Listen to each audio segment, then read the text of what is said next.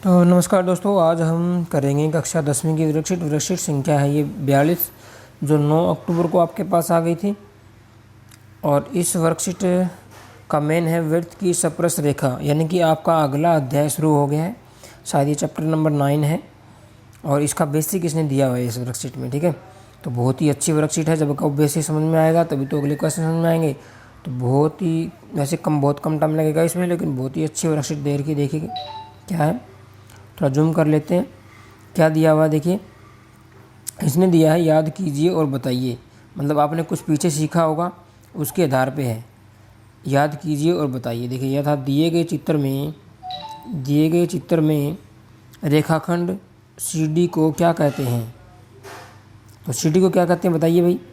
CD क्या है, चित्र आपके राइट साइड में है। CD क्या है, CD जीवा है। तो पीछे का आपको पता होगा, उसके आधार पे आपको आंसर देना। तो CD क्या है, जीवा है। ठीक है, थोड़ा सा कम कर लेते हैं। CD जीवा है। और वृत्त की त्रिज्या, केंद्र और चाप वृत्त के कहाँ स्थित होते हैं। वृत्त की त्रिज्या भी अंदर होती है, केंद्र O देखिए राइट साइड में O है, ये भी अंदर होता है। और चाप जो वृत्त की वो भी अंदर होती है, बाहर थोड़ी ना होता है। वृत्त के अंदर ही मानी जाती है वो। तो क्या हो जाएगा, अंतर्भाग में होती है। ये वाला आंसर हो जाएगा आपका। ठीक है, वृत्त का व्यास अगला देखिए। वृत्त का व्यास वृत्त की सबसे लंबी होती है। सबसे लंबी क्या होती है वृत्त की, ये वृत्त का व्यास होता है। यानी कि राइट साइड में बना रहा हूँ मैं, ये वृत्त का व्यास होता है सेंटर से होकर। जो जीवा वृत्त के केंद्र से होकर जाएगी ना, अभी जो मैंने बनाई है, वो वृत्त का व्यास कहलाती है। तो वृत्त का व्यास वृत्त की क्या होती है, सबसे लंबी जीवा होती है। ठीक है, व्यास जीवा ही होती है, लेकिन वो सबसे लंबी होती है। बाकी जीवा इसमें अंदर बनेंगी, वो सारी छोटी होती हैं। ठीक है, ये हो गया। आगे चलते हैं। तो आगे देखिए दोस्तों, इसमें क्या है, आकृति 1 में रेखाखंड वृत्त। तो क्या दिया दोस्तों, आकृति 1 में रेखाखंड वृत्त के केंद्र से होते हुए वृत्त को बिंदुओं पर छूता है, यह वृत्त का व्यास कहलाता है। मतलब वृत्त के केंद्र से होकर जाएगा और वृत्त को 2 बिंदुओं पर छुएगा, वृत्त का व्यास कहलाएगा। आकृति 1 ये वाली थी आपकी। अब आकृति 3 में देखिए, रेखाखंड वृत्त के बाहर स्थित है, तब वृत्त को केवल एक बिंदु पर स्पर्श करता है, यह वृत्त की स्पर्श रेखा कहलाती है। डेफिनेशन आपको समझा रहा है वृत्त की स्पर्श रेखा क्या होती है। यह आकृति 3 थी। इस आकृति में देखिए, जो ये APB है, ये वृत्त की स्पर्श रेखा कहलाएगी, जो P बिंदु पे स्पर्श कर रही है। जिस बिंदु पर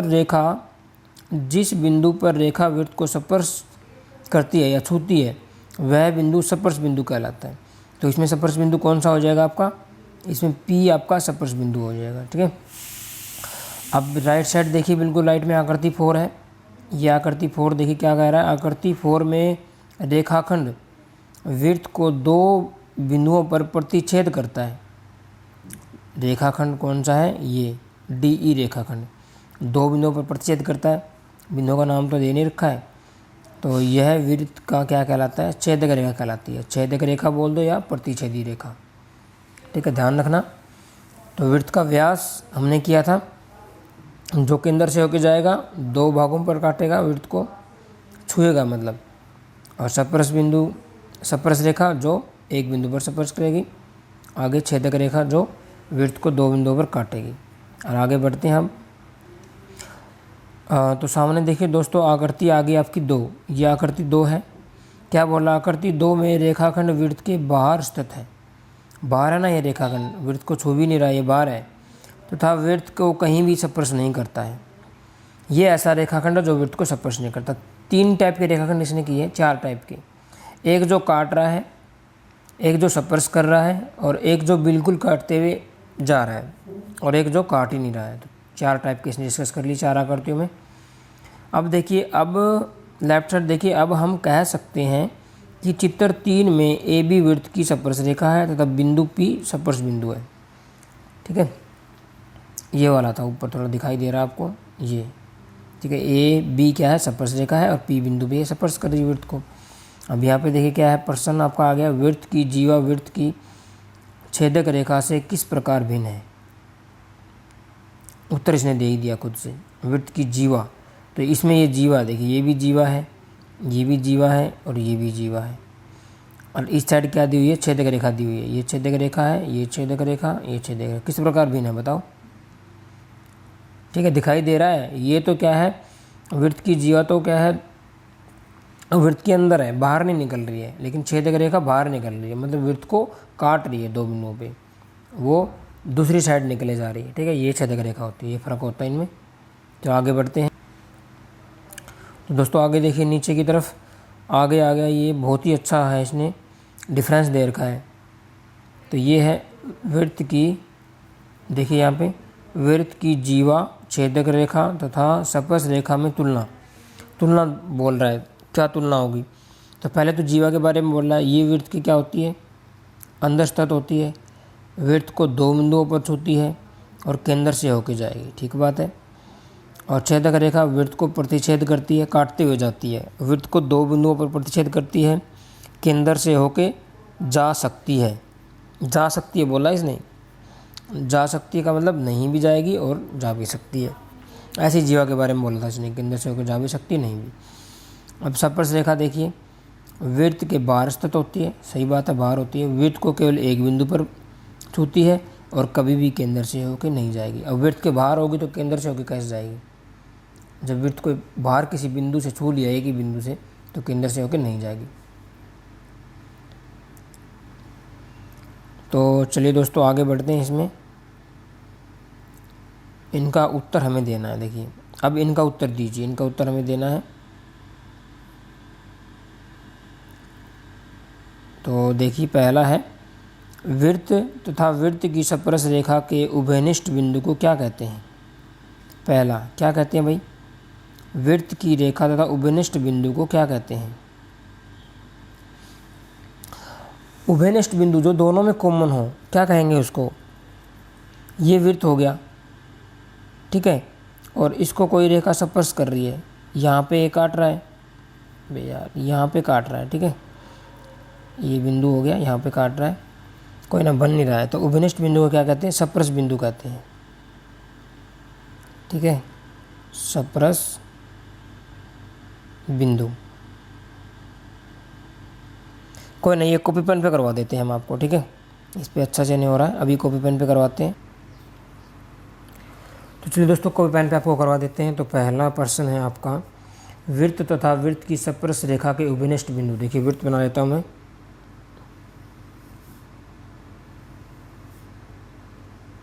ये वृत्त हो गया, ठीक है, ये इसका केंद्र हो गया। अब इसकी स्पर्श रेखा कौन सी होगी? ये, ठीक है, इसके बारे में बात कर रहे हैं। इसका हम नाम दे देते हैं, कुछ भी नाम दे दो, ए बी। ये पी बिंदु पे स्पर्श कर रही है, तो ये पी बिंदु क्या कहलाएगा, ये बोल रहा है ये, ठीक है, उभयनिष्ठ बिंदु हो गया ना, इसका भी इसका भी। तो पी बिंदु क्या कहलाता है? स्पर्श बिंदु कहलाता है, ध्यान रखना, ठीक है, हो गया पहले का। तो दूसरा देखिए, दूसरा इसने बोला आप एक वृत्त की कितनी स्पर्श रेखा खींच सकते हैं? देखिए एक वृत्त लो, ये वृत्त हो गया, अब कितनी स्पर्श रेखा खींच सकते हैं? देखो एक तो ये हो गई, यहाँ भी कोई बिंदु होगा उसकी फिर हो जाएगी, समझ रहे हो, यहाँ भी कोई बिंदु होगा उसकी भी हो जाएगी। अब अनगिनत खींच सकते हैं, क्योंकि हर इस पे क्या है, एक बिंदु है, तो हर बिंदु से एक स्पर्श रेखा खींचेगी, तो कितनी स्पर्श रेखा हो जाएंगी? तो अनगिनत हो जाएगी, हम गिन ही नहीं सकते हैं। तो अनगिनत या असंख्य, ये आपका ऑप्शन हो जाएगा, उत्तर हो जाएगा, ठीक है ना, समझ में आ गया। अगला है, एक चित्र द्वारा वृत्त की छेदक रेखा एवं स्पर्श रेखा में अंतर स्पष्ट कीजिए। वृत्त की छेदक रेखा और स्पर्श रेखा में अंतर स्पष्ट करना है। तो ये मान लिया आपकी छेदक रेखा है और इधर ले लेते हैं स्पर्श रेखा। जब भी अंतर स्पष्ट करना हो तो ऐसे अंतर स्पष्ट करना होता है, इनको साइड बाय साइड लिख लो। छेदक रेखा बना लो, अब चित्र बना लो, चित्र द्वारा बोला है, चाहे ना भी बोला तो भी चित्र द्वारा बनाना होता है, ताकि एग्जामिनर पे अच्छा इफेक्ट पड़े आपका, सॉरी चेकर पे। तो ये छेदक रेखा बनानी है, तो ये छेदक रेखा बना दो, कहीं भी बना दो, कोई दिक्कत नहीं है। रेखा बोल रहा है तो ये मान लिया ए बिंदु पे काट रही है, यहाँ पे बी पे। अब स्पर्श रेखा बनानी है तो ये ले लो, ये मान लिया पी क्यू बिंदु पे तो स्पर्श कर रही है, और पी आर ये स्पर्श रेखा है। ठीक है, अब अंतर बताना है। पहला तो अंतर तो क्या हो गया, ये वृत्त के अंदर से होकर जाती है। ठीक है, अपनी तरफ से कुछ भी लिख सकते हो, जो आपको पढ़ाया है वो भी ज़रूरी नहीं है, जो आपको दिखाई दे रहा है वो अंतर आपका अंतर हो जाएगा। और ये क्या हो जाएगी, वृत्त को बाह्य स्पर्श करती, यानी बाहर से स्पर्श करती। ठीक है, अंदर से होकर नहीं जाएगी, ये डिफरेंस हो गया। ठीक है, ये वृत्त को 2 बिंदुओं पर काटती है। ठीक है, 2 बिंदुओं पर काटती है। कौन से बिंदु हो गए, ए और बी पे काट रही है, और ये क्या कर रही है, एक बिंदु पर स्पर्श करती है। ये वृत्त को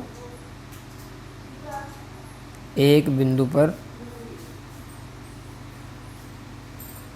स्पर्श करती है। ठीक है, तो बहुत ही आसान है, 2 अंतर हो गए, 2 बहुत है।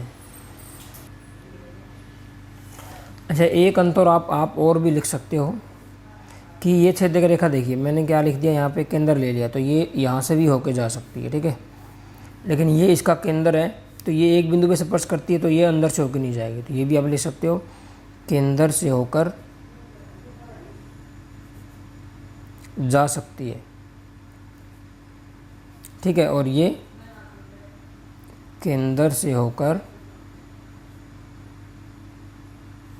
नहीं जा सकती। बस 3 अंतर हो गए, और भी अंतर आप लिख सकते हो जो भी आपको ध्यान में आ रहे। अब बढ़ते हैं 4 की तरफ, सत्य असत्य बताना है। तो पहला है, वृत्त की छेदक रेखा एवं स्पर्श रेखा समांतर हो सकती है।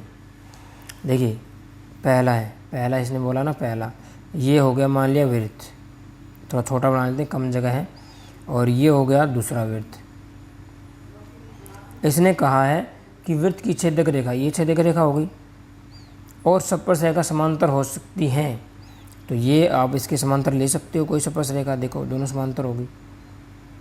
और ऐसा भी हो सकता है समांतर ना हो। ठीक है, ये समांतर नहीं है, देखो ये छेदक रेखा, ये स्पर्श रेखा, तो ये हो सकती है बोला ना इतने, तो सत्य हो जाएगा। या ये बोलता कि अवश्य होंगी, तो गलत हो जाता, हो भी सकती है नहीं भी, तो ठीक है इसका। दूसरा देखिए, वृत्त की स्पर्श रेखा वृत्त को 2 बिंदु पर स्पर्श करती है। वृत्त की स्पर्श रेखा, ये वृत्त हो गया, इसकी स्पर्श रेखा कौन सी होगी, ये जो एक बिंदु पे स्पर्श करेगी। यहाँ से खींचेंगे तो ये एक बिंदु पे स्पर्श करेगी, 2 पे नहीं स्पर्श कर सकती, कभी इसको मोड़ दो फिर ऐसे स्पर्श करवा दो, नहीं, ये रेखा रही नहीं। ठीक है, सीधी रेखा होती है, टेढ़ी नहीं होती है, तो हमेशा एक बिंदु पर स्पर्श करेगी, क्या हो जाएगा, असत्य हो जाएगा।